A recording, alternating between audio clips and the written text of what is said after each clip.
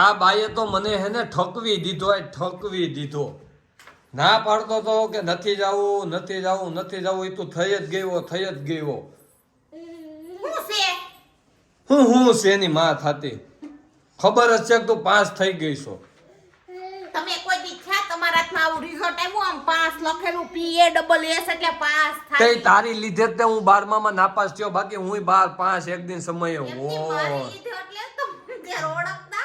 ના ઓળખતો નહીં, પણ હું આમ ટાઈપિંગમાં ગોતવા માટે હતો ને હું, એટલે એવું હતું.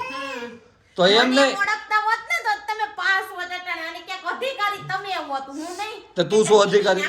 એમ નહીં, તું પાસ થઈ ગઈ શું અધિકારી? આ શેનું રિઝલ્ટ છે? ઈ મને કે 12મા નું રિઝલ્ટ છે. 12મા થોડી એ કોલેજ નું હે, મેં કોલેજ કરી BCom. BCom નું રિઝલ્ટ અત્યારે એવું તારા હાથમાં? Bachelor of commerce. ઈ ભલે જી બેચલર ઓફ કોમર્સ હોય. ઓનલાઈન ની સિસ્ટમ થઈ ગઈ ને એટલે મેં ઓનલાઈન જોઈ લીધું હતું. મેં કીધું હાલો પાસ થઈ ગયા હી કે રિઝલ્ટ લેવા જાવું નથી. પછી મને એમ હતું કે હું કંઈક કરીશ BCom પછી M.Com કે એવું કંઈક કરીશ. પણ પછી તો શું કહેવાય કે પછી ત્યાં કર્યું ને, પછી ત્યાં કર્યા ને, લગ્ન કર્યા ને મારી હારે. ઈ તો કહો સગાઈ થઈ ગઈ એટલે તમે લોકો કે મને ભણાવી નહીં, મોટી મોટી વાતો બહુ કરી એ કોઈ ભણાવે નહીં. દીકરી અમે એવું કઈ કીધું જ નથી. અમે ભણાવશું, અમે નોકરી કરાવશું.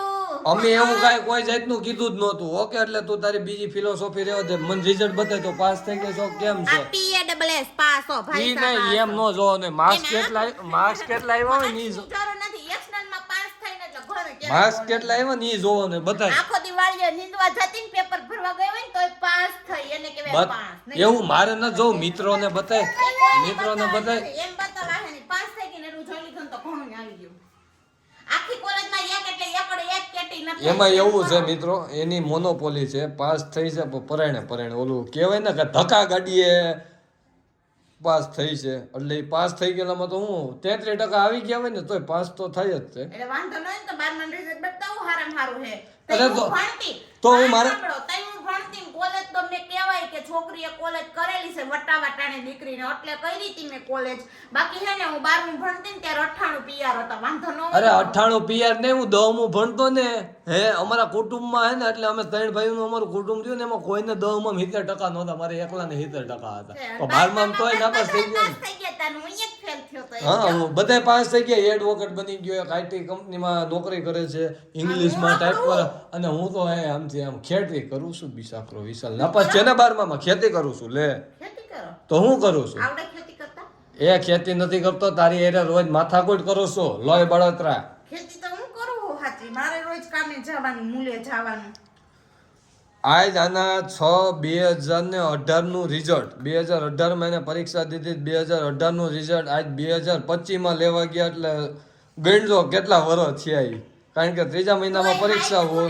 તમે વિચાર કરો, તમે જ્યાં ભણતા ને તમારું એક કાગળિયું હાચું છે, સ્કૂલ વાળાએ નામ બદલી નાખ્યા છે. નામ હું ભણતો તો JB ડાયમંડ એન્ડ કાર્પ વિદ્યા સંકુલમાં. પછી અમે બધા ડાયમંડો એટલે નંગ નીકળી ગયા, એટલે JB એન્ડ કાર્પ વિદ્યા સંકુલ થઈ ગઈ. થઈ જ જાય ને. તો તમે ભણતા હતા ક્યાં ભણતા હતા? શ્રી કન્યા છાત્રાલય જામકંડોરણા. આજે મારા કેટલા બધા ટીચર્સ ને મળી, બધા ટીચર્સ મારો વિડિયો જોવે છે, મને બધાય ઓળખે છે. પેલે ઓળખતા નવે ઓળખે. પણ તું આમે સો લખણ ખોટી જ આમ બધા તને ઓળખે જ ને, તું સો પહેલેથી લખણ ખોટી બધા બાંધતી હઈશું. એટલે ના કઈ નો બાંધતી, આ બાંધવાનું તમારે ફેરા પછી આવ્યું. આ ફેરા ભેગું આવ્યું. તું ઠેલા ભરવા માંડે હાલ, એટલે હું તને મૂકી જાઉં ત્યાં કન્યા છાત્રાલય ગૃહ માતા તરીકે. હા, હાચાય છે ને? હા તો વાંધો નહીં. હા